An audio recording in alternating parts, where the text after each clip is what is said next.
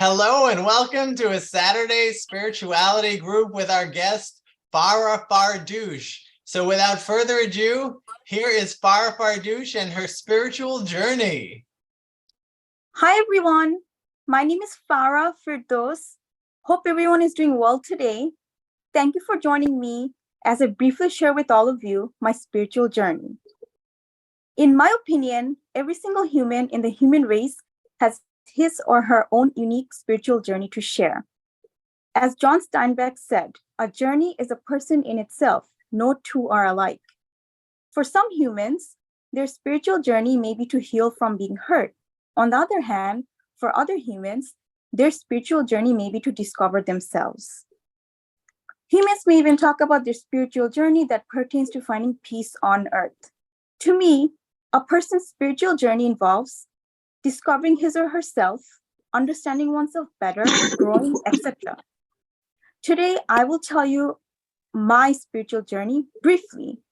As I share my spiritual journey with all of you, you may think of questions to ask and comments to share because when I am done, there will be some time for all of you to ask questions and give comments too.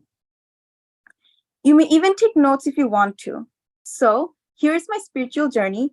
I, Farah-Way-Place, hope that everyone will enjoy listening to my spiritual journey. I don't have a lot of experience with talking about my spiritual journey or even spirituality with others. Maybe because it isn't such a popular topic to talk about much. I see that some people talk about spirituality, such as practicing yoga, but I feel that it isn't such a common topic relative to other topics, such as romance and occupations. Yet, I think that spirituality is an important and interesting topic to think about, talk about as well as one's spiritual journey. Spirituality is defined as the quality of being concerned with the human spirit or soul, as opposed to material or physical things. Some people also say that spirituality is a personal quest for meaning in life. And some others say that being spiritual may be anything and everything.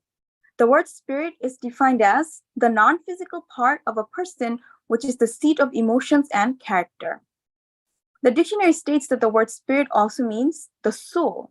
Furthermore, the word journey is defined as the act of traveling from one place to another. But what does journey mean in terms of a human living his or her life? In terms of a human living his or her life, being in any kind of a journey means facing challenges, experiencing the world, discovering yourself, being in good times sometimes, being in bad times other times, being curious about yourself, being curious about life, and then fulfilling these curiosities, creating your own purpose in life, etc.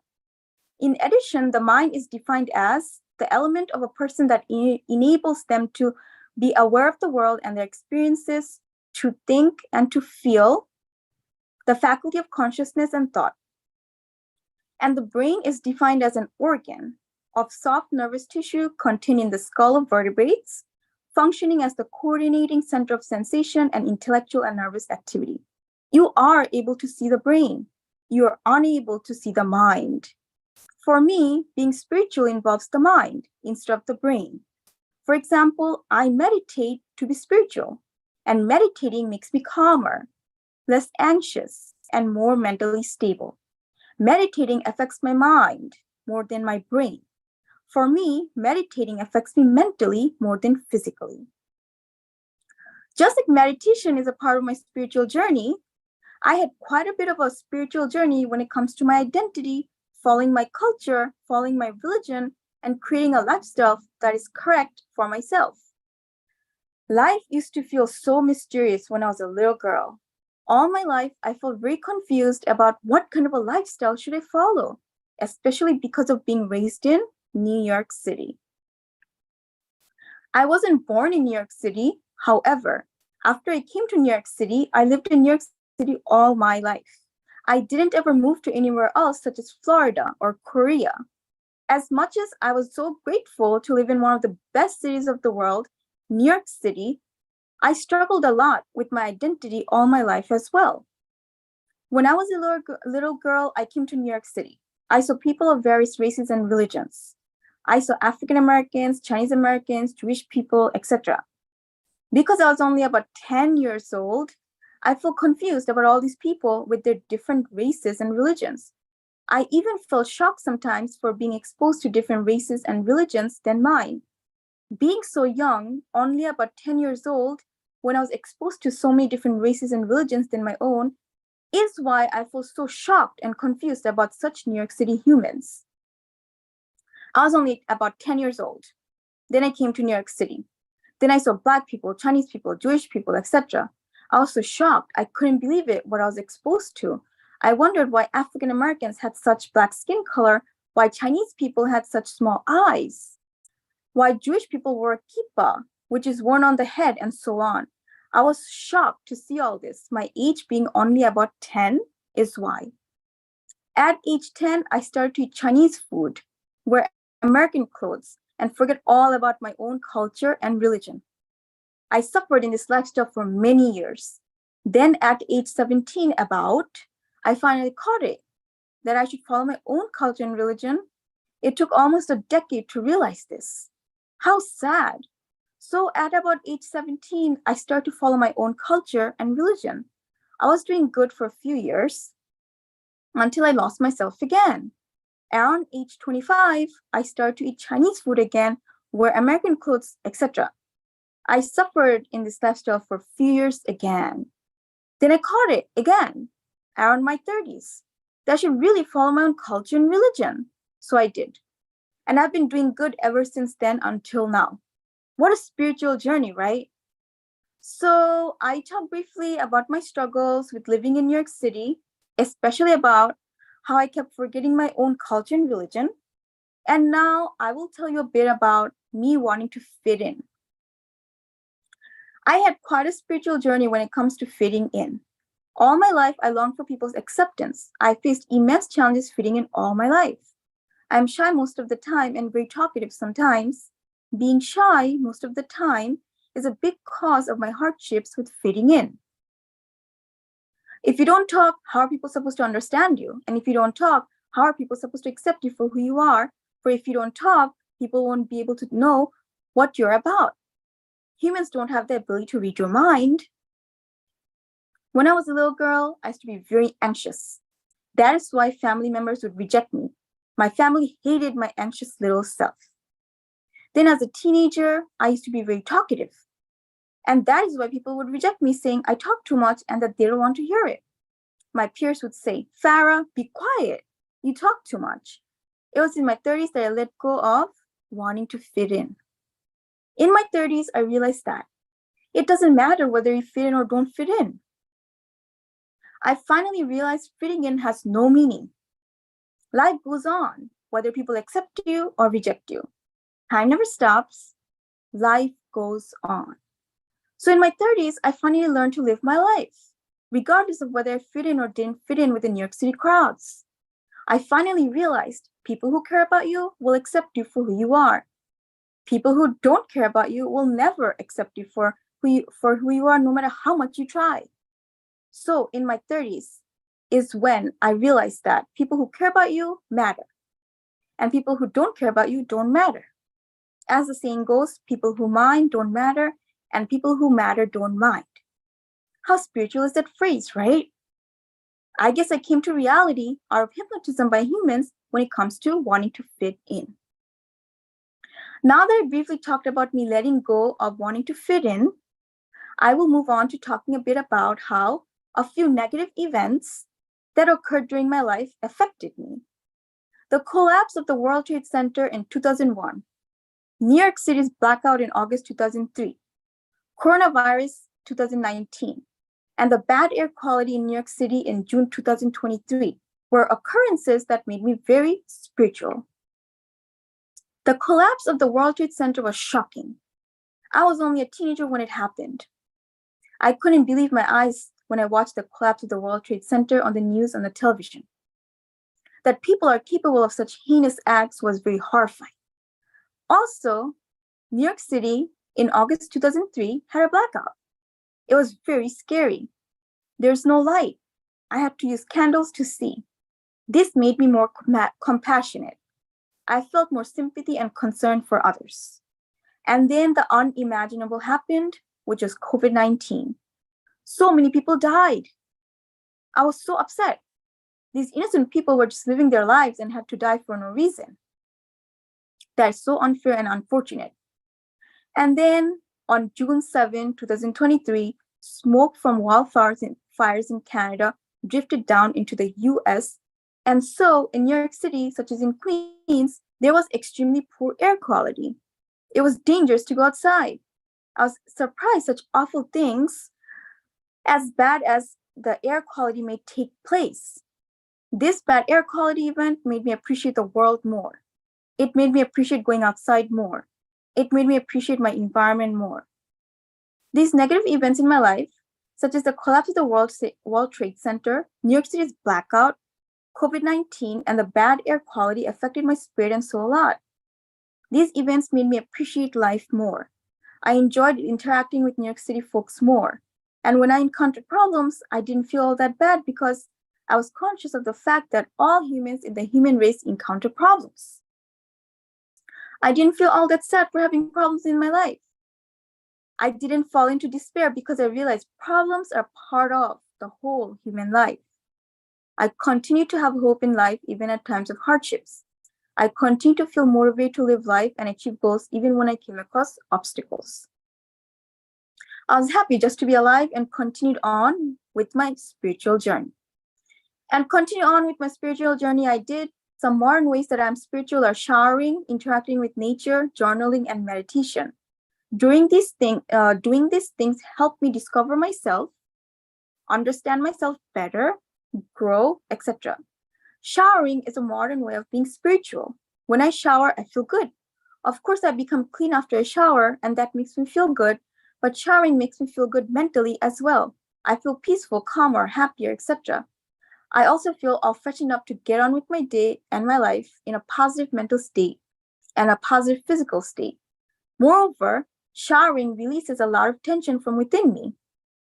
Showering relieves a lot of my stress too. For example, New York City being a melting pot with all its various cultures and religions, I fall into confusion about what is my identity? What type of lifestyle should I, Farah-Way-Place, follow?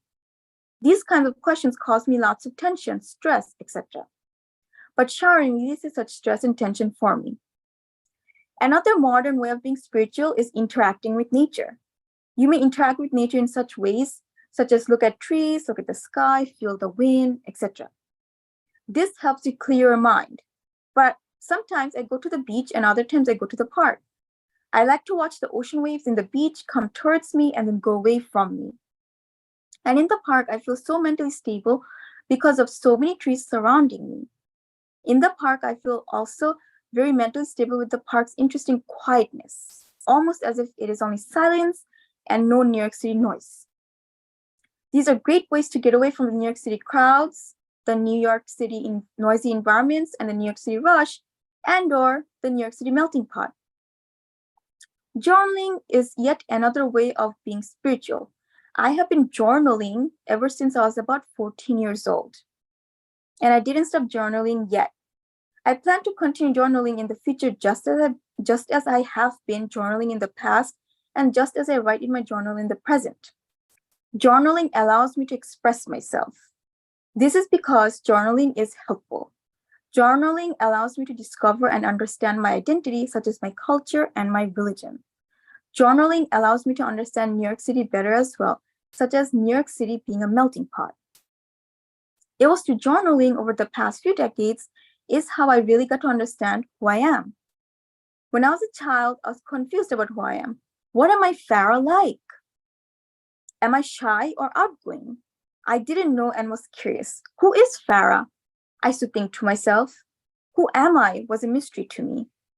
Then as a young adult, at about age 24, writing my observations about surroundings that I am in and about my behavior led me to understand my identity.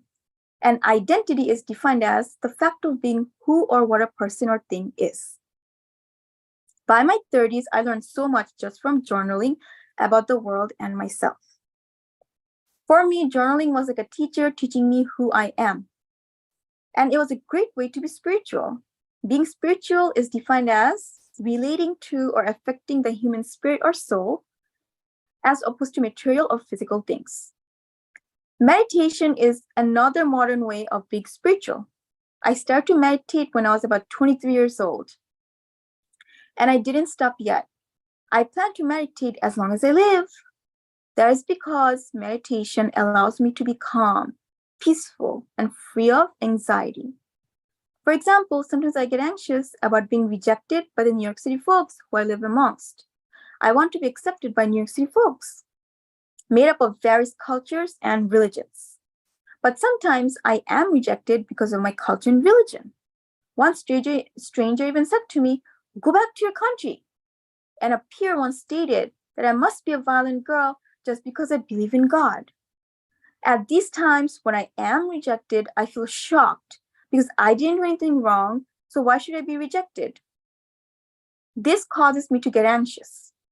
However, if I meditate on a regular basis, let's say twice a week for 30 minutes each day, then I am able to stay calm even at times of rejection by the New York City folks. I continue to stay peaceful.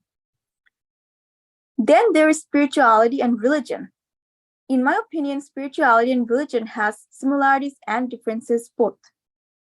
Some examples of religions are Islam, Christianity, Hinduism, and Judaism.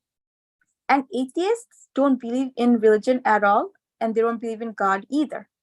Well, religion is thought to be a specific set of organized beliefs and practices, usually shared by a community or group. And spirituality is thought to be more of an individual practice that has to do with having a sense of peace and purpose. That is what some people say religion and spirituality are. Everyone has their own opinions about what it means to be religious and spiritual. And I believe everyone is entitled to that. Well, religions tell you what is true and false, while spirituality allows you to discover the truth. That is one way that religion and spirituality are different. One way spirituality and religion are the same, in my opinion, is that both religion and spirituality involves creating a lifestyle for yourself. I come from a very religious family who I don't really see are spiritual much. However, I am a little bit religious and a little bit spiritual both. Unlike my family, I happen to be less religious relatively. I feel that religion has a lot of good things to say, such as be good to others, donate money, donate food, and how religion preaches things such as honesty. However, I disagree with some of the things religion states, such as don't mingle with atheists too much. I feel that that is wrong. Atheists are humans too, with feelings just like me, Farah-Way-Place, and you all. I believe all humans should be treated well and equally, regardless of his or her religion. Well, my family prays a lot, celebrates religious holidays a lot, and practices lots of religious practices. However, I don't as much as them.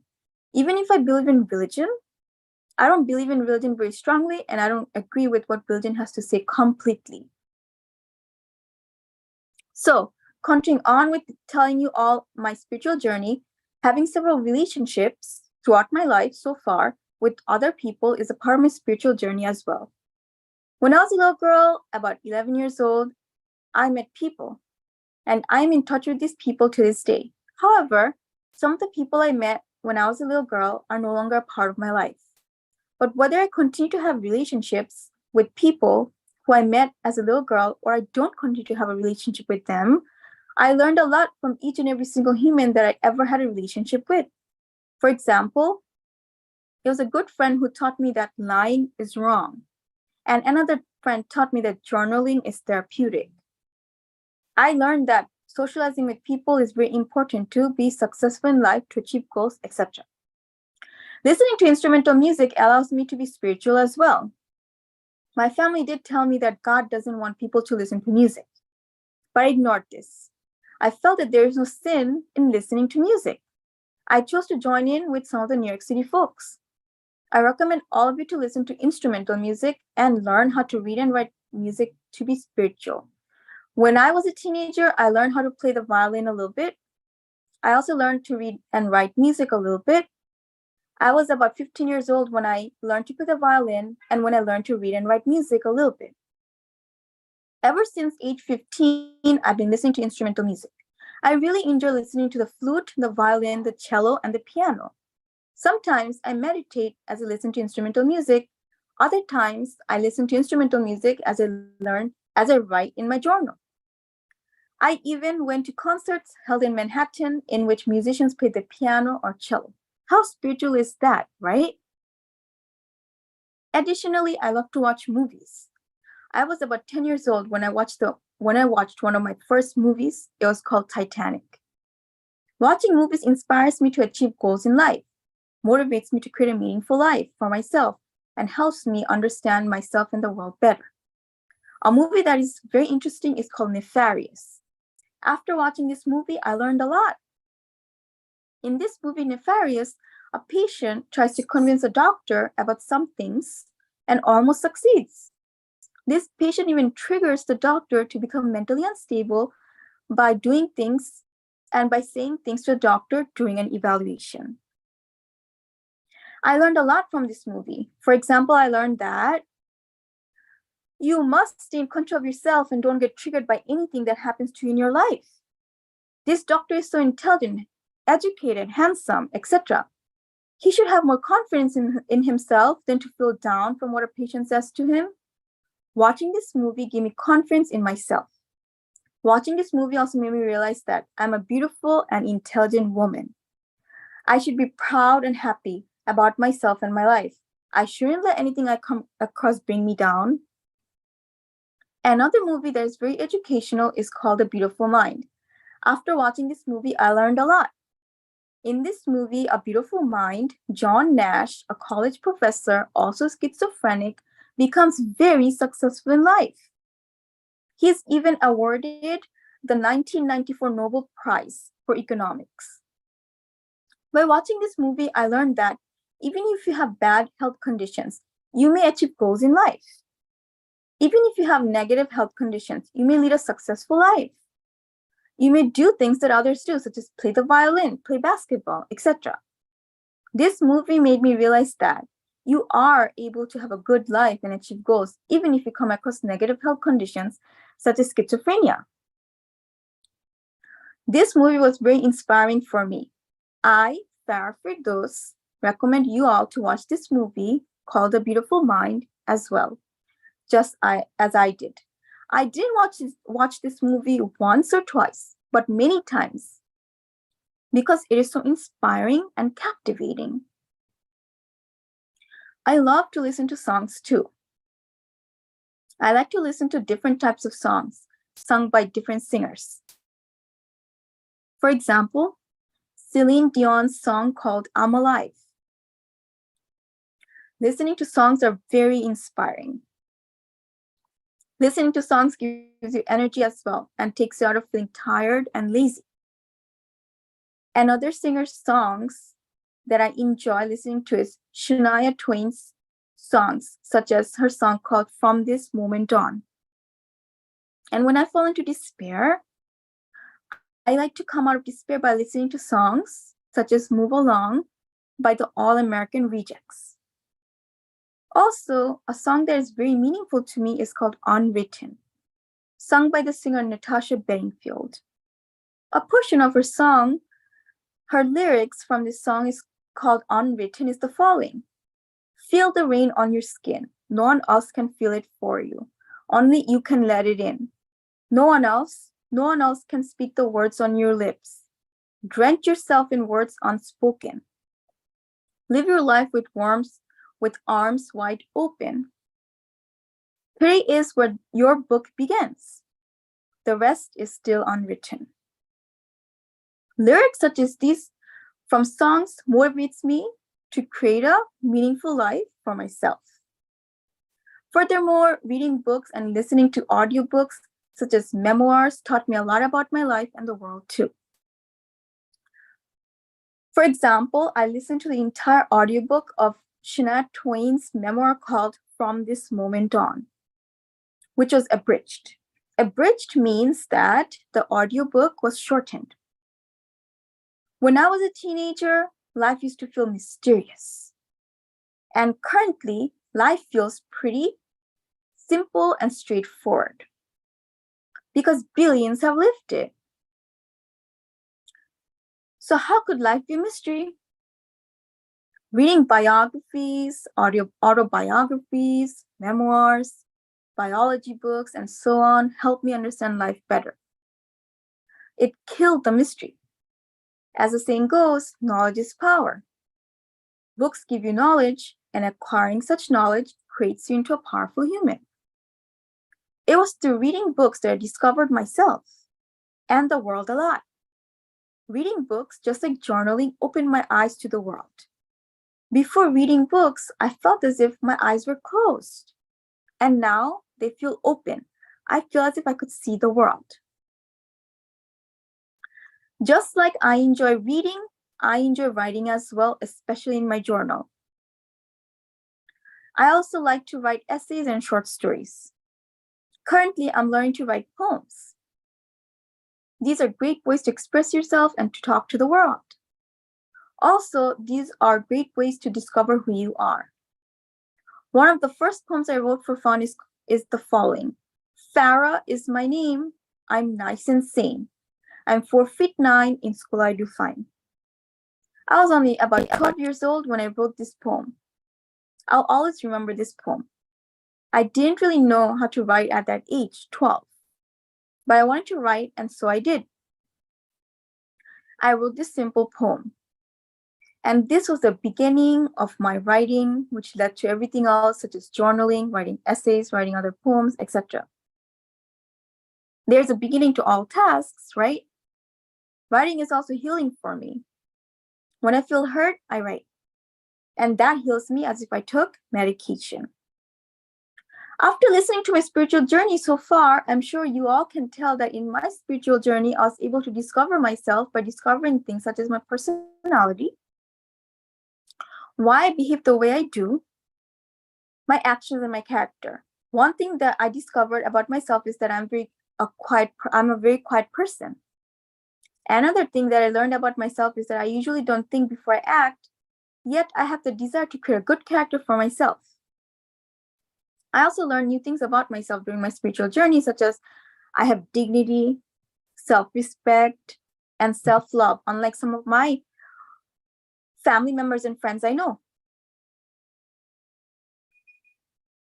I found that I have morals. I saw that I care about myself. I care about right from wrong. Furthermore, I try to stay mentally stable every second passing by. I do that by monitoring my mental state at all times. And if I catch myself being anxious, sad, or in any such negative mental states, I try to use mental skills and coping skills to get back to being mentally stable again. This is a part of my character. I also try my best to be who I am instead of change for others. Additionally, I try to eat healthy and exercise regularly. I try to impress people with my good actions instead of my good looks as well. Also, I enjoy helping people. It makes me feel good instead of bad. These are some things that I discovered about myself, Farah-Way-Place. Lastly, during my spiritual journey, a thing that used to make me feel uncomfortable was my height. I'll conclude talking about my spiritual journey with this topic of my height. I'm in my 30s and I'm exactly 5 feet tall. I understand that that isn't very tall and that it is pretty short. Of course, reaching things is sometimes difficult, and I sometimes used to feel I am not so good looking because I'm so short. But that was in the past when I was about 26 years old. Currently, in my 30s, I don't feel that way. I accept my height, 5 feet. I realize that one must impress with actions instead of looks is why. So, this is where I'll end telling you all about my spiritual journey. Well, we all have our own spiritual journey to share. I want to thank you for listening to me patiently. It was great to briefly share my spiritual journey with all of you. Today, I, Farah-Way-Place, had a spiritual journey I briefly shared with you. And I'm continuing on with my spiritual journey in the present time. And I'll continue on with my spiritual journey in the future. I'll continue to grow in the future. My spiritual journey isn't over yet. Actually, it won't ever be over. In my opinion, a person's spiritual journey is a continuing process. There is no end to a person's spiritual journey. As Greg Anderson stated, focus on the journey, not the destination. Joy is found in not in finishing an activity, but in doing it. And as Tony Robbins remarked, the only impossible journey is the one you never began. I hope you enjoyed listening to my spiritual journey and learned some new things as well. And I hope it was inspiring for you to listen to my spiritual journey too. And now I'm curious what questions and comments you all have about my spiritual journey. All right. Wow. That was since you're the first person to have read, from something as a guest. And I think since you did that, you were focused on a tremendous amount of information that you delivered. Whereas if someone was just ad-libbing, they might, forget like this piece and that piece and that piece, but nothing was forgotten in your presentation, Farah. So it's a lot to absorb. But what we're going to do now, before we get into Q&A, we're just going to check in with everybody. So Farah, how are you feeling right now, Farah? Proud of myself. Very good. Erin, how are you feeling right now? I am extraordinarily proud of you, and I'm proud and honored that you invited me into your space, everyone, and just really, really proud of you. Beautiful. Daniel, how are you feeling right at this moment? Very inspired, and I have a lot of identifications that I may share later. So it's wonderful. Now, Stan the Picture Man, how are you feeling right at this moment? I'm fine. I appreciate your presentation. Thank you for sharing your thoughts and your journey with us. And I too, I feel, connected. For me, spirituality is about the connection among us and the connection to Mother Earth and everything else. And so you are giving me that this morning, and I appreciate it. Thank you very much. Chaplain James, how are you feeling at this moment? Marvelous. Is that your favorite word, marvelous? Yep, one of them. Ah, one of how many? It changes daily. Oh, okay. Very good. Sandy Brower, how are you feeling at this moment? I'm upset because Gary has COVID, and I'm worried about him. I cried over when I got off the phone. All right, what is this, Gary Levin? Yeah, it was on Facebook. All right, so let me, I ask everyone, if even if you do not know the name Gary Levin, keep Gary Levin in your mind and your prayers. And Casper, how are you feeling right now? I am thankful to be with this group after all the physical stuff I've been through the last week and a half. Oh my gosh. And Farah, loved your story. It's getting me excited to move to New York, which I dreamed about last night. So I love your pictures and your insights on New York City, and we'll be there soon. Thank you. God bless you. Sarah Efford, how are you feeling right at this moment? Hey, I'm feeling good. That was awesome. That was amazing, and it was cool. It was really cool for a lot of reasons, and I thought it was healthy. And now I'm being interrupted. This happens a lot. This is like power plays, but it was like very healthy and shared a lot. So anyway, I could say more, but that's all for now. All right, we'll catch up with you later, Sarah. Okay, what about, where is this echo coming from? Let me see what's going on. Maybe we should all mute ourselves temporarily. Yeah, could you do that? I think that would be helpful. All right, Catherine Bozio, how are you feeling at this moment? Well, I want to thank you very much. That was really very informative, beautiful. So I want to thank you for that. Also, I want to give some input and saying how I'm feeling. I feel your colors. I like your dress. I feel the joy through it, and thank you for that. I'm seeing, it's a different approach than I do. I'm more off the cuff, like Dan was saying. But then again, you miss a lot by not having it written down and then just read. But I see that joy and how you'll live your spiritual journey, not only by the written word, but how you're dressing. And so thank you for that this morning. Thank you, Catherine. And finally, Anya, how are you feeling right at this moment? Oh, sorry, I muted you, Anya. Anya, unmute yourself and tell us how you're doing. Hi, I'm sorry I logged in so late, but I got some of the ends of Farah's talk, and I love how she said writing is such a catalyst for her feelings and how she uses writing as a tool when she feels hurt. I think that's a very valuable share that she gave to also. But how are you feeling, Anya? How are you doing? I feel grateful to be here because I had a very challenging week and I'm having a very challenging time right now in my life. So I'm just grateful to be with all of you and feel blessed to be here.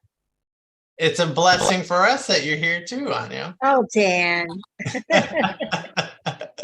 All right, so now everyone is muted except oh, hi, Aaron. Oh, I just want to say, Dan, how are you feeling? Oh, I'm feeling good. I just came from a beautiful conference yesterday. It was for justice peers, like peer specialists working with people who've been justice impacted, and it was very inspirational, and I'm still feeling those good vibes. And I networked yesterday, met some interesting people, got some emails. I'm feeling good. Now, Farah, it's Farah Fardoush, right? Farah-Way-Place. Fardoush. Okay, so it's like an O, like Fardoush. Yes. Okay, so Farah, how are you feeling now that you heard the feedback from everyone? Do you feel this is a supportive community? Yes. And how does it make you feel to hear all these fine people's words?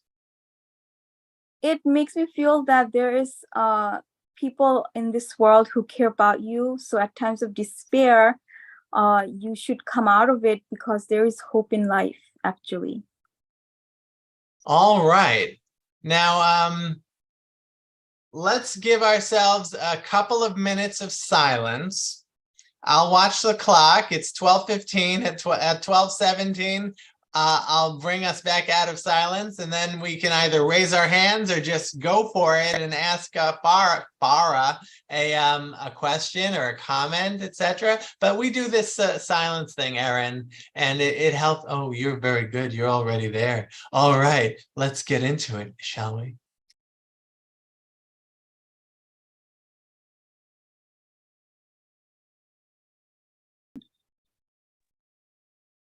All right, you guys.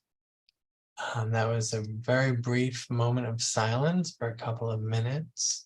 And I hope this gave you some time to think about whatever it is you're thinking about, whether it be what Farah's story or whether it be something else. Whatever it is, it's all okay, because our thoughts are our friendly visitors. Even when they're not so nice, I guess they're maybe not so friendly sometimes. But, I guess we should greet each one, the friendly and the not so friendly, with some peace and joy and bring love to even the unfriendly thoughts, right? Anyway, enough of my chatter. The floor is open. You can either unmute yourself and speak, or you can raise your hand and I'll call on you and we'll see what happens.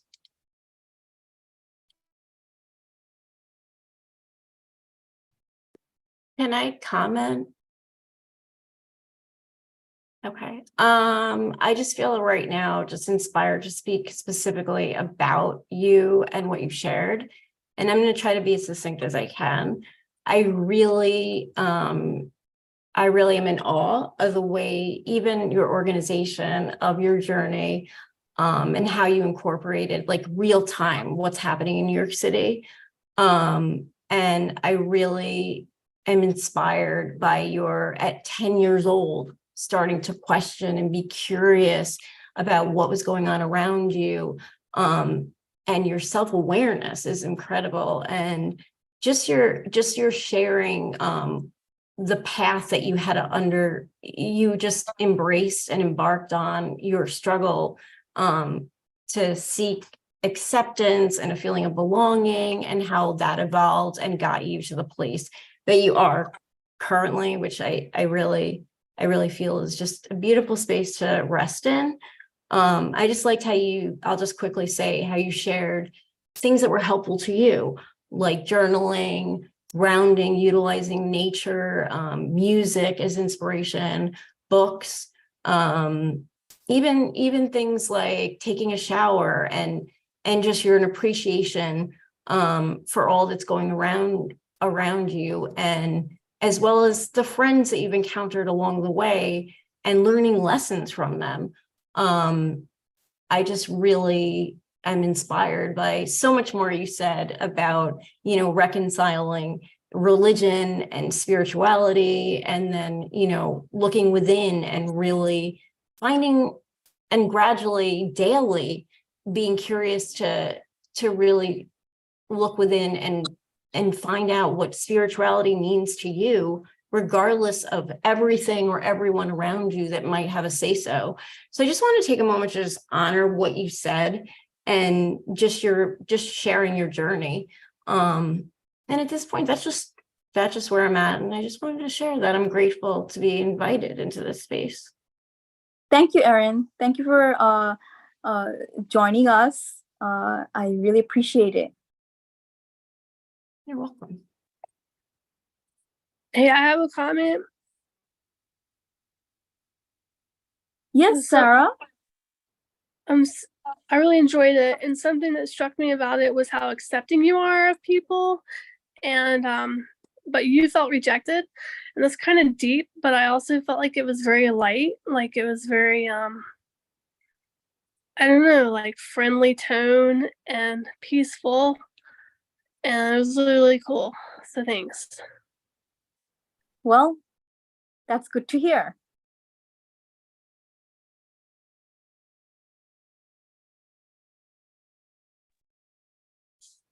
Do not fear the silence. Oh, yes. Daniel would like to break the silence. Go ahead. It's a pleasure to meet you, Farah. And you shared very honestly, and you touched upon so many things. One amusing note to start, how you feel spiritual when you take a shower and when you meditate. So I feel motivated to this weekend to meditate while I'm taking a shower. So I'm going to try that. Really, I really like that very much. I am also from New York City. I lived there till 2017, and I'm in Chicago, Illinois. Another very interesting city. About the purpose in life and spirituality. I felt that I was spiritual very early in life. Didn't realize it maybe till, I don't know, maybe my 40s. And I felt like I had two purposes. I went into the helping professions. I was a math and special ed teacher in the public schools, and then a guidance counselor. So I had a 17-year career. However, in my 40s, when I retired from that system, I became a musician of sorts because I started to sing with a wonderful piano accompanist. And my life could have been different because in my maybe elementary years, I remember being at a Pennsylvania farm where, families stayed in different cabins and then we ate together. Very beautiful area, Stroudsburg, Pennsylvania. And they had a community room with a piano.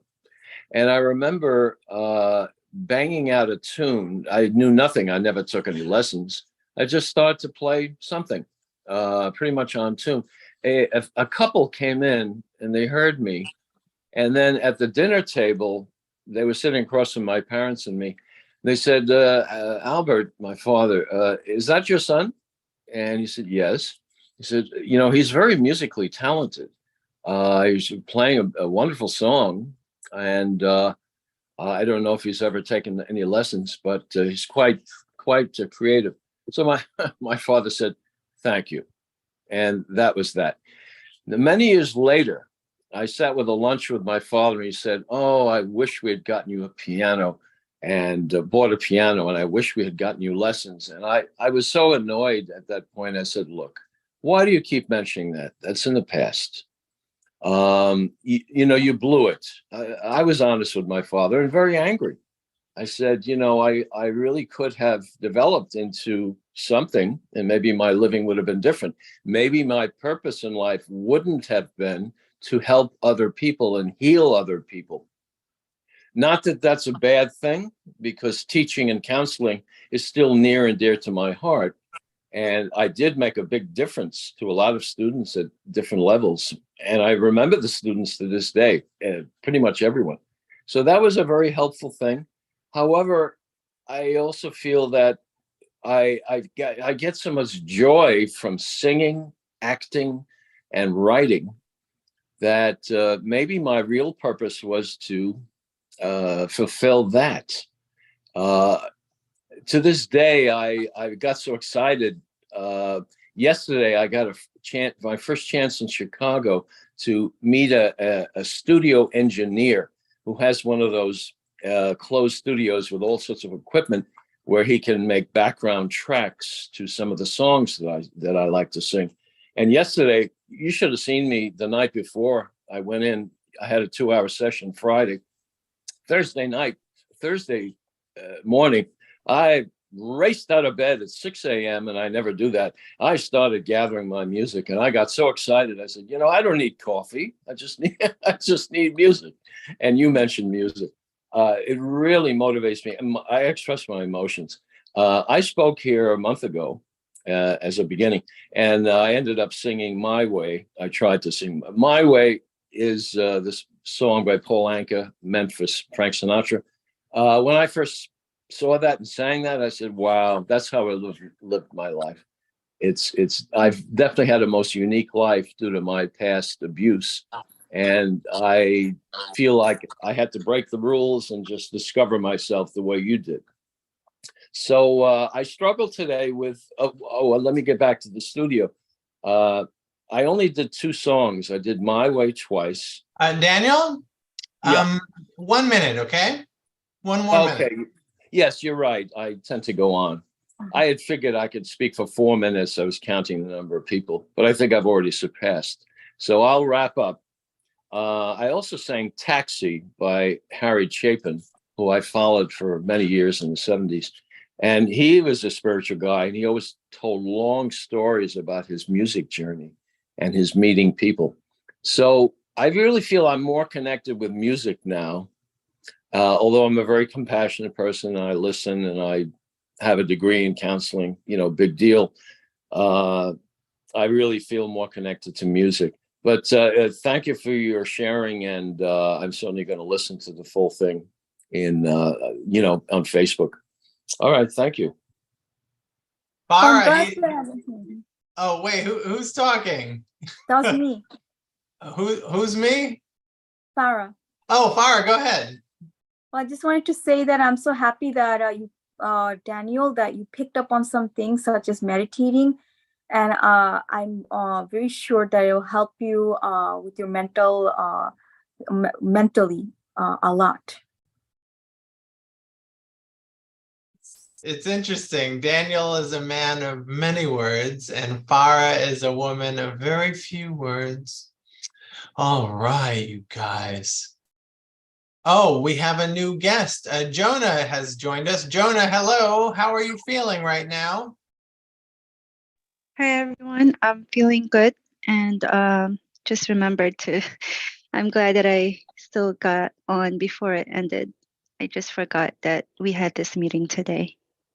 Oh, Jonah, did you get the email? I did, but I got too caught up with doing chores, and then I didn't realize the time, and then laundry and spring cleaning, and then it's 12:30 and realize you guys still on, so I might as well just check in while I can before it ends. All I'm right, glad Jonah. to Well, I'll be be here. sending out the video from Farah's talk, so you can catch up when we get the video. And welcome. It's nice to have you. And did you tell us how you're feeling? Yeah, just okay. Good, I guess. Okay, Yeah. not great, not terrible, but okay. It was terrible, but the fact that I was able to move around and able to clean up my space, it does feel a lot better. So it went from bad to okay now. And I'm able to hop in here, so it filled up my cup a little more. Oh, okay. All right, all right. So you guys, sometimes we lapse into silence, and that's okay. But I always say, if the spirit moves you to break the silence, please go ahead and do it. And I ask, if you haven't spoken yet, to come forward.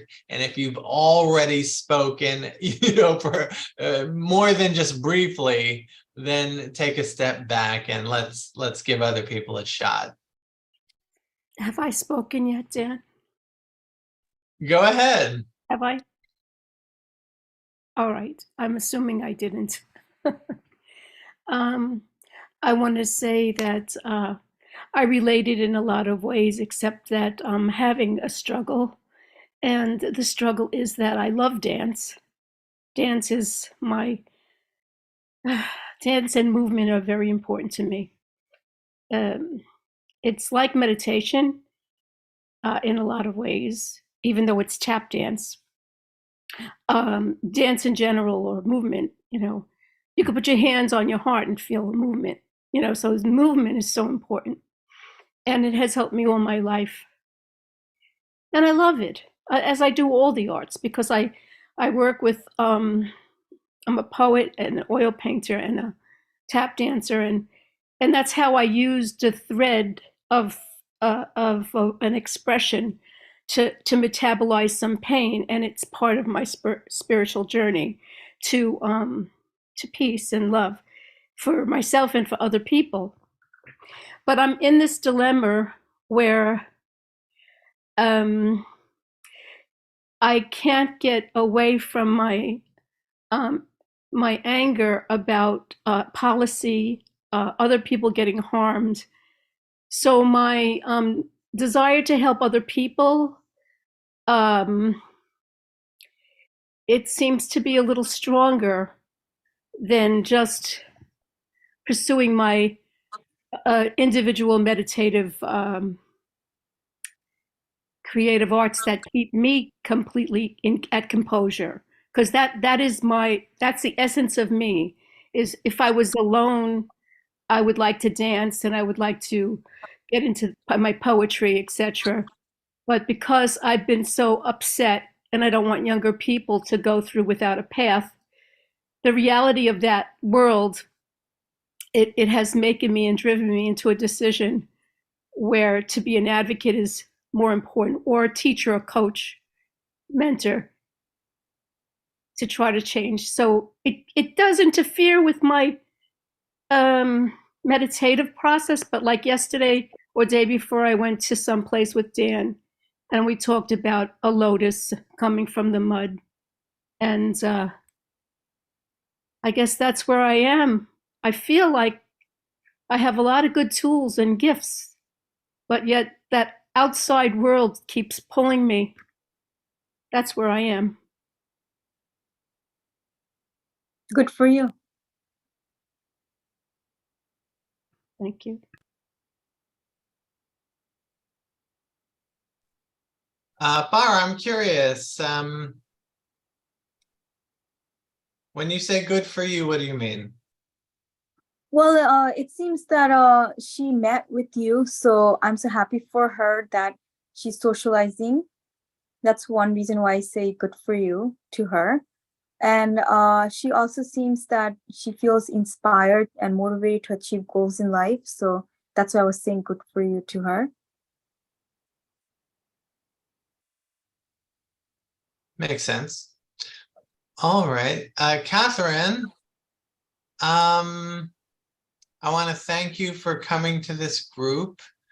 And it was a pleasure seeing you the other day. We actually did a walking meditation that was guided by a Buddhist minister, pastor. What did you call herself? A pastor, a Oh, minister? she's a reverend. A reverend. Reverend.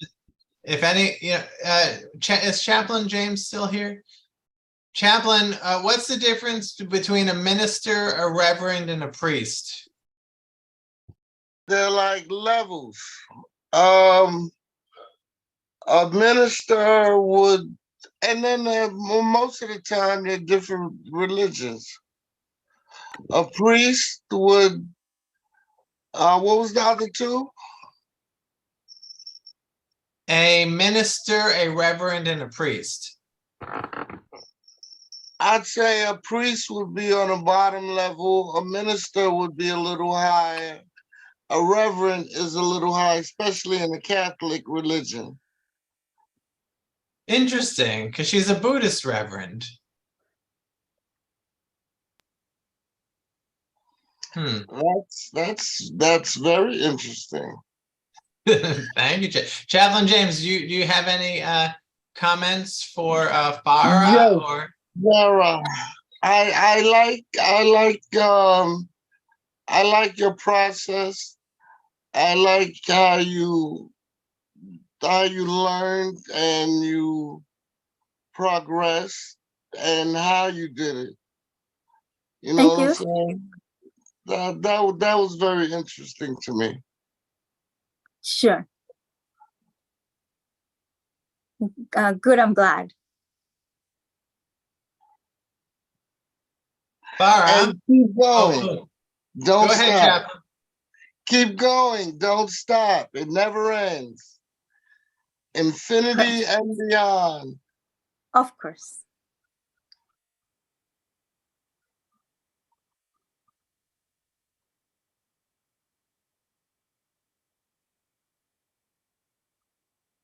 All right, you guys. Now let me see. Who can I reach out into the silence and pull them forth? Anya, please share with us.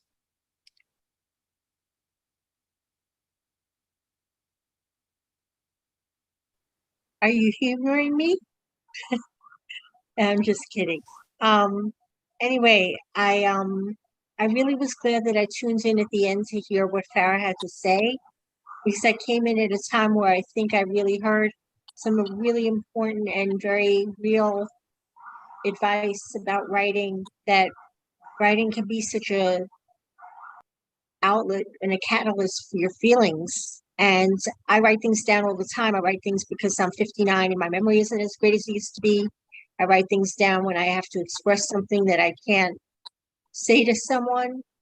I didn't get to hear much of your poetry, which I'm really sorry about that I missed that, because I heard you touch on how poetry was very important to you. But when we started to meditate, I guess I'm kind of like neither here nor there. Like I'm present, but I'm not really present, because I've gone through a very challenging week of financial distress. And when I was meditating, I imagined myself being in this square that was like closed in around me, and looking for the exit out to financial wellness and getting myself back on my feet again. And suddenly, it just came to me after thinking about it for a while that I believe in God very strongly. So I think that God opens doors for people, and he's going to open doors for anyone who reaches out to him. And I just said to myself, I know that God is going to lead me out of this somehow. And somehow there's an exit out of this. I don't know if anybody else here has ever felt that way, where they feel kind of trapped within what's going on around them. It looks like there's no way out of the situation. I was doing well before, and then now I'm down to practically nothing with the pandemic ending. And hope is so important to keep going. no matter what is happening in your life. And I'm grateful that you, Farah, enabled me to get in touch with that just by being here. Because before I came here, I was really feeling stuck and very just down, So it's so important what you did just by being present and expressing your story, because that takes a lot of bravery and courage to do that. And I thank you for your presentation. I'm so sorry I missed most of it, but I think you should continue doing what you're doing now, and the flow will come if you keep on practicing your writing and doing it. That's how I feel about me. Sometimes I get into a flow, sometimes I'll just jot down things, fragments, but I'm very grateful that you opened up the door for me to see that someone like you who struggles is sharing your story and how you deal and cope with your hurt feelings or situations. So I'm just very grateful to be here, and I want to thank you for presenting today. Well, I'm glad that you got inspired from listening to me. And it makes me feel happy that you learned some things as well. I hope you best of luck in the future with meditation and other things of that nature. Thank you. Thank you. Thank you. All right. Now let's see. Now Stan the Picture Man always has something to say. Now you go ahead, Stan. So again, you said a lot of different things and that are really worth talking about and addressing and exploring deeper. I love movies as well, and I'm glad that you brought up the movie A Beautiful Mind. I also learned something from that, and John Nash was an unusual man in terms of his intelligence and education and his knowledge, and he was able to use that to understand, I believe, his experience and to find a way to manage it so that he could do what he needed to do without medicating, because, as he put it, medication didn't help. It made things worse. But I also found that the movie with Russell Crowe was a Hollywood movie, and it tended to kind of gloss things a bit and romanticize things a bit. So I found the documentary about him that PBS produced around the same time as A Beautiful Mind came out to be also interesting. So I shared the link for that. It's a 55-minute film. It's available on YouTube. And thank you, Aaron, for sharing that book. And that's really important. And what he's saying is that we do this in every moment of our lives, like we live in this space, and I've also learned it's not quite the same as breathing, but it becomes a way of being that's as natural as breathing. It's just how we exist in the world. And yet the world makes it really difficult. And the recent Supreme Court decisions and things that I'm hearing about up here from Canada, I'm removed. I'm a little bit safe from that. And yet, watching all that going on is overwhelming to me emotionally and spiritually. Like, where do I fit? Where is there a space for me? But what it is reminding me is that begins with each of us. What you're doing, Farah, Aaron, each of us. Catherine, with your movement, we do what we need to do where we are, and we work with what we've got. And what's important is that I do the right thing, not what all the rest of them do. Still, it's always been, I was an immigrant to the U.S., and I remember, even though I'm white and blue-eyed, I grew up in Chicago. Daniel, it's familiar. I grew up in Logan Square neighborhood, and earlier on down near 62nd Street. And so it's familiar. But I remember walking on the street one day talking with my mother. Our first language is Polish. And some old guy, walking by, and he says to us, you're an American, I'll talk American. And I always had that feeling, you know, growing up. I was an immigrant kid, you know. I went to school and they said every boy can become president. They didn't say every kid, right? Because girls couldn't become president in the 50s and in the 60s. It wasn't even considered a possibility. It's hard to imagine today, but and yet I knew that I couldn't because I was not a natural born American. So that did not apply to me.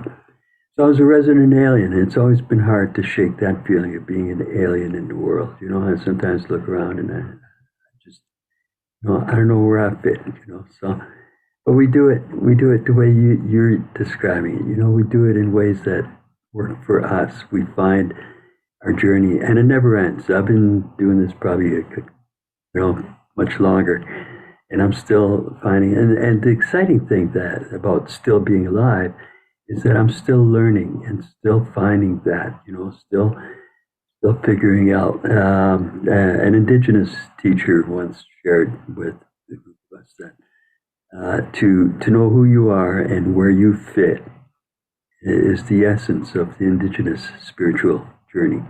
And I don't think it necessarily has to be indigenous. I think it's each of our journeys. But what I've discovered is that figuring that out is an everyday ongoing process. I am constantly changing and my world is constantly changing. So I have to refresh in each moment, take what I've learned. And there's lots of tools I got to work with, you know, and music is another one. I mean, I love music from Chopin to Hendrix, you know, like it's important to my wellness. Also, though, I recognize that each of us is different when I work to support other people. I don't say, well, this is what worked for me, so why don't you try it, you know? I say, let's explore the options, and let's learn what will work for you. And I will learn through that, and so will my helpers. So that just some of my thoughts. I'm going to shut up now. There's always, you know, if it can be said in 100 words, I'll probably take 1,000. But thank you, Farah, for being here and sharing yourself with us. That's very important and also very brave. Thanks. Oh, how wonderful to share so much good ideas and thoughts. I really appreciate it.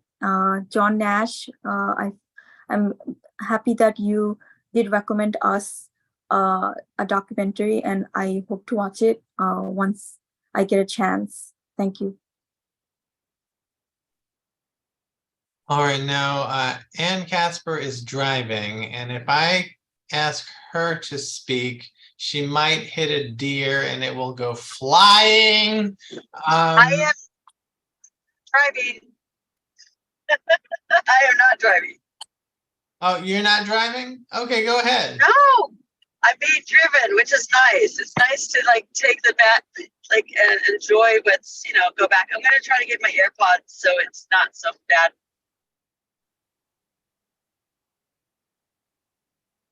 Can you hear me now? It's okay? Okay, good. Yeah, I thought switching to AirPods would be better. Boy, there's a lot here today. I'm just soaking in what everybody's saying. There's a lot. Wow. And there's so many topics to touch upon. And Farah, I was just thinking about too, last week I did a webinar with 3 young women, well, younger than me, excuse me. Not young anymore, but who came from northern Iraq and talked about their experiences coming to the United States and their mental health experiences. And so some of it's touching upon the same stuff. And it's so interesting to go interculturally, interlingually, and intergroups. You're talking about your family and the groups and things like that. And as for me personally, I grew up very strongly in the Catholic Church. So I was laughing because the priest certainly, Chaplain James, would not consider himself the bottom that I minister. But I was thinking about how I had such a strong grounding in that religion that when I went to other religions, at a very young age, and did that, and went to my friends' churches, and I played handbells in different churches. I had that solid foundation that I didn't feel like swaying back and forth. When I became older and started studying other religions as of 13, with a great guidance of a great high school teacher, because that was our class. It was world traveling, and we also went about religions. I learned to take the best of the religions and leave the rest. So, and in fact, now I don't really use Catholicism a lot, but I respect the best of it. So it's really interesting listening to you moving in and out of different things and foods and how cultures. And for me, obviously, Dan brings this up every week. Nature is a healer for me. And so I had surgery this week, and I had other things going on, and falling down on flat and concrete, things like that, all kinds of stuff. So we're going out to the hot springs to help heal. And I always think, okay, so when we move to New York, where do we go in nature besides Central Park? So thinking about New York, because we're going to move there in a couple months. We'll be living probably in the heart of the heart city. So if anyone can bring up some ideas where to go to nature, how to get to nature. I see that you have some hot springs up in northern New York, but how do you connect with nature while being in the heart of that city? There, thank you. Oh, well, it's really great that you found my struggles with culture and identity helpful to you. And about New York City, over here, there's a lot of different kinds of parks. Usually every school has attached a park, so people sit down with their children or family members and friends, and they enjoy each other's company. However, there are many various types of parks here. Cunningham Park is in Queens. In Queens, there's a few parks with a lot of trees, and it's pretty quiet. And sometimes there's a pond. Sometimes there are, I think so, dogs and birds, and people are exercising. So Cunningham Park, there is, of course, Central Park that you mentioned. And parks such as Cunningham Park are different kinds of parks that are located around New York City. Brooklyn has a garden. It's called Botanical Garden. So that's really interesting with a lot of flowers. Queens has a garden. It's called Queens Botanical Garden. Sometimes people get married there. Other people go there to see the flowers, and sometimes they have events. So I would say there's various types of parks and gardens around New York City. And I hope so that you will find it interesting. Thank you very much. I want to let you know too, just it's kind of funny. We're driving through in Portland. There's one tunnel where you can honk as much as you want. But when you're outside the tunnel, you're not supposed to honk in Portland. So we're going into that tunnel. I just want to let you know, it's so funny. It's so opposite in New York where you honk all the time. But here we have confined spaces where we can be loud. But thank you, Farah. And also, I like parks and stuff too. But coming from Oregon, boy, it's going to be a difference. Where I'm used to like unmanned, uncontrolled nature, and so are women too. Excuse me, I'll get that in for Dan. But thank you. So we're going through the honking tunnel now. Gotta go. Bronx has a botanical garden also. Yes, the Bronx Botanical Garden is much bigger than and much grander and beautiful.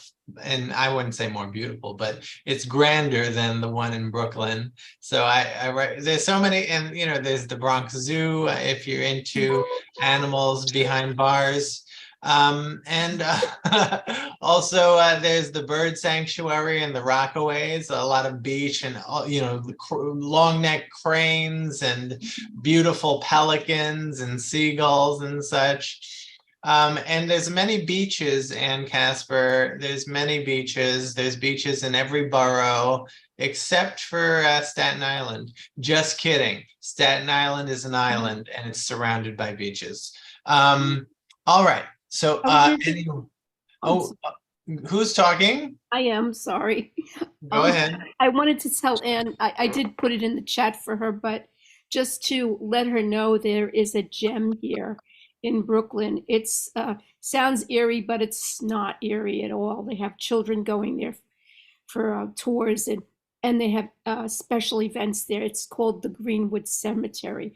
So Greenwood Cemetery in Brooklyn, Google it, and I'm a member. It is amazing. It's not, it sounds eerie. I mean, my family's there, but it is amazing. Just Google it. You'll see what they have there.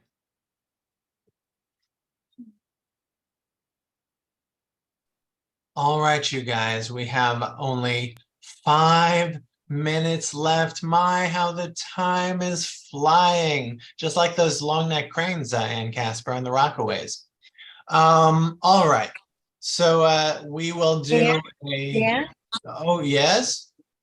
I just want to add something. You're mentioning cranes and birds and pelicans and all kinds of humane creatures.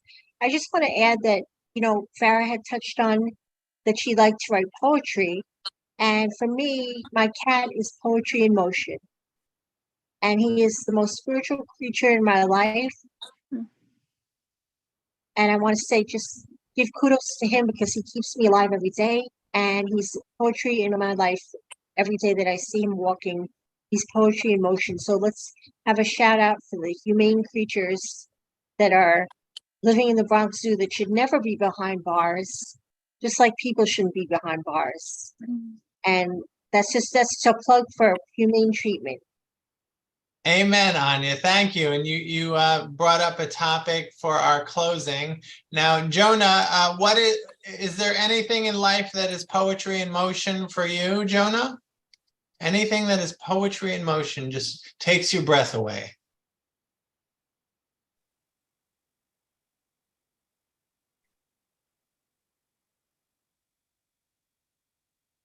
Jonah, I think we're struggling to hear you. Is there a connection problem?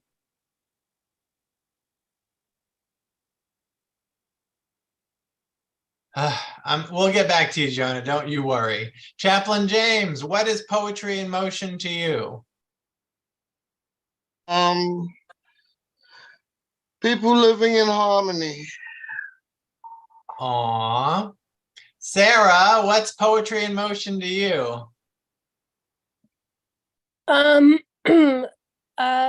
When I see groundhogs at my apartment.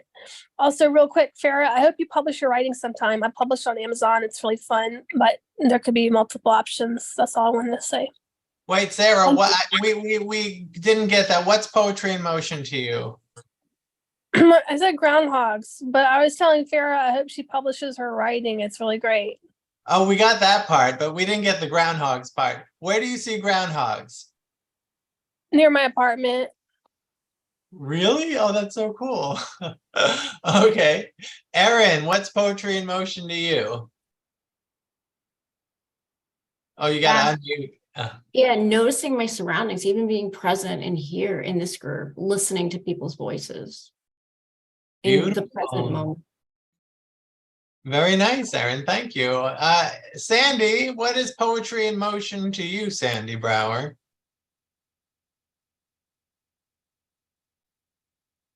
You got to unmute. Having friends. I thought you unmuted me. Sorry. No, I don't have the power to unmute. Only you do. The power is within you. You're a funny man. Catherine, what's poetry in motion for you? Poetry in motion to me is on my business card, a bird dropping in the right spot.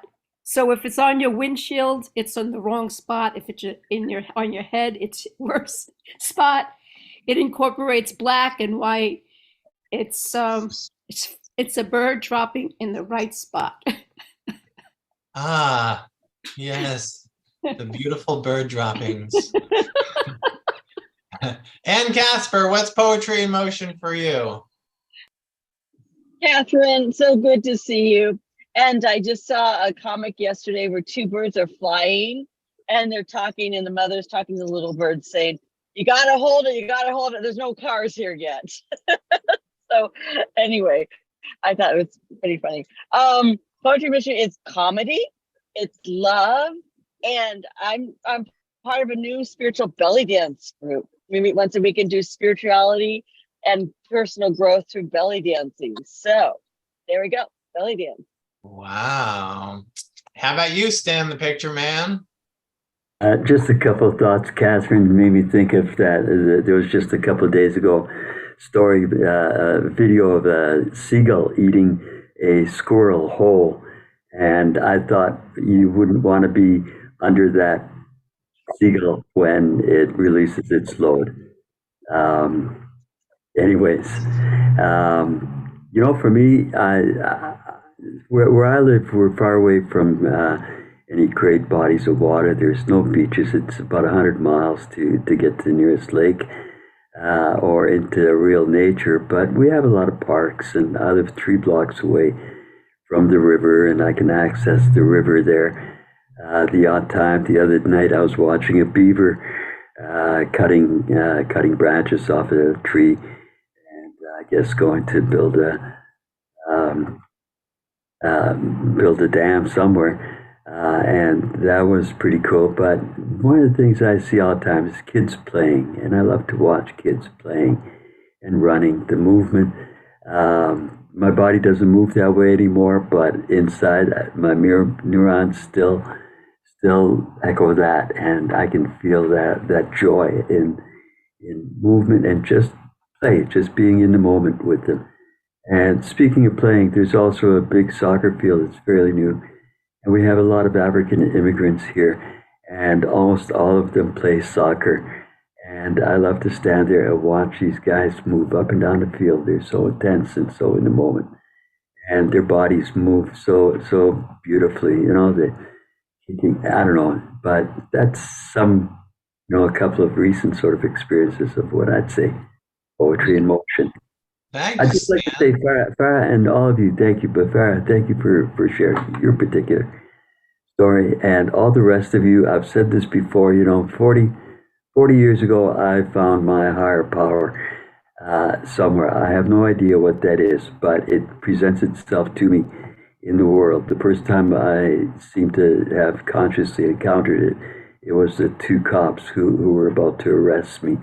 And I said, okay, I'm going to do what I'm told, and I've been doing what I'm told ever since. But my higher power shows up here in front of me.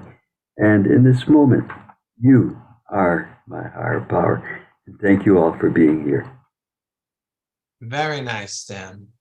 Now, Jonah said that she's having some glitches with the audio with her new phone or her updated phone, but she said poetry in motion for her is any music and exercise that are her daily therapy. Go ahead, Daniel. What's poetry in motion for you? When I first heard that expression, I didn't even know how to answer it, but obviously it comes from me.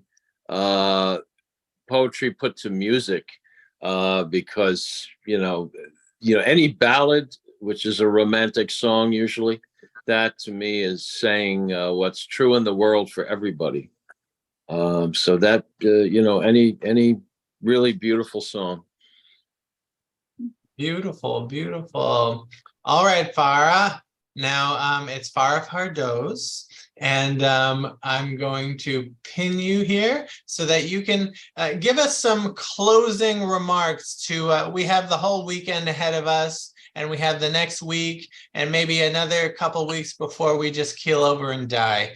Could you give us some parting words as we embark upon our journeys? Sure. Thank you for listening to my spiritual journey. Everyone has their own spiritual journey. All of you have a spiritual journey to tell as well. I hope that you learned some things, and I was inspiring and motivating for you. And best of luck to everyone in the future.